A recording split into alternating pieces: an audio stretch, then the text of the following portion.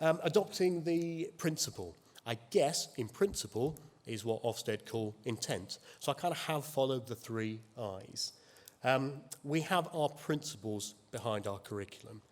I'm not hugely an engager in Twitter. I know there are some really, really passionate debates out there about powerful knowledge, etc., etc.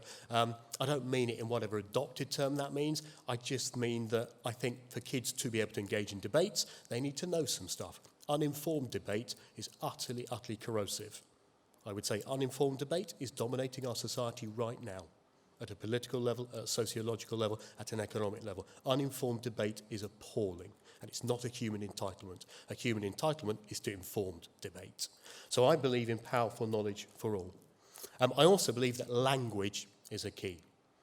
So that's our second curriculum principle, that our departments are going to try and deliver powerful knowledge, but also that language is going to be a key part of that.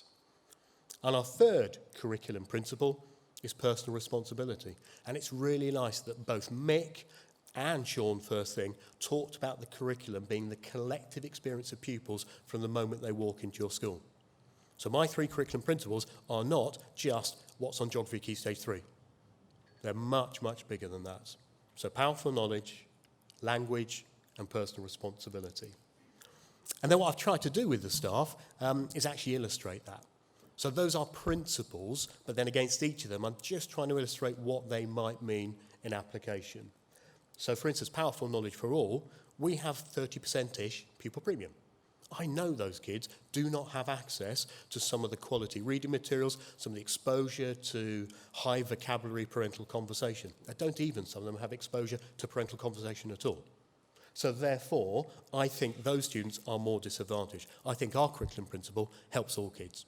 I think it particularly helps disadvantaged kids when the implementation is right. And it isn't yet, but at least we've got really clear intent. The stuff about language, regular opportunities for extended reading. I'll give you 2 examples. So in our school, the tutor time morning in the session in the morning is a reading session. Primary schools have done this for years and have been better at this than secondary schools. In a lot of secondary schools, kids come in and don't do much reading, other than in their English lessons. So we have a reading programme as part of every tutor group in the morning. And for cover, we don't expect staff to set cover for Key Stage 3 lessons because it's rubbish. So a member of staff is ill. Member of staff is potentially kneeling over the toilet in her bathroom or something like that, and on the iPad, in the other hand, sending some cover for Year 8 just after break. That's an appalling model for any human being to have to involve themselves in. Also, what happens to cover when it's completed? It sits on the teacher's desk for 2 days, goes in the recycling bin, if you're good, or in reality goes in the bin. So I think cover in us as a school and as a profession is pretty rubbish. So our cover coordinators set what we call culture lessons. So every week they look at current affairs, they look at things that we think kids should know but don't know, and will then produce a one-side of A4 written piece. And our youngsters read that piece as part of a cover lesson. They then answer some questions on it and then have a discussion at the end of the lesson.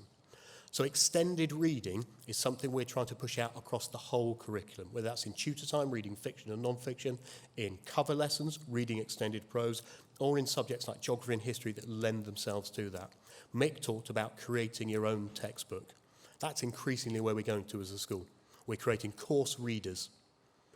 I think the invention of PowerPoint has massively reduced kids' abilities to read, or kids' requirement to read. Teacher looks at slide. Teacher doesn't recognise slide because somebody else wrote it. Teacher reads somebody else's slide that they don't really fully understand. Kid then looks confused. Lesson ends.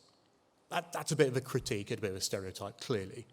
But I think extended reading across the curriculum should be something we should be structuring in as a school. And personal responsibility is a curriculum principle. Now, if you come to hear about how we structure our history curriculum, I'm not going to give you all that detail. I'm delighted if you want to come to our school and have a chat about it, but I'm just talking about the high-level stuff here.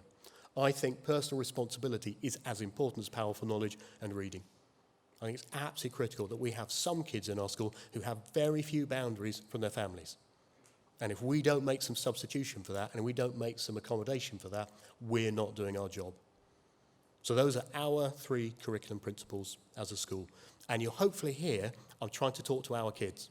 I've been in my school since 2001, so I really know those kids. I meet occasionally now parents I taught. So I really know our context, I really know our community, and these three things could be transformative for our kids.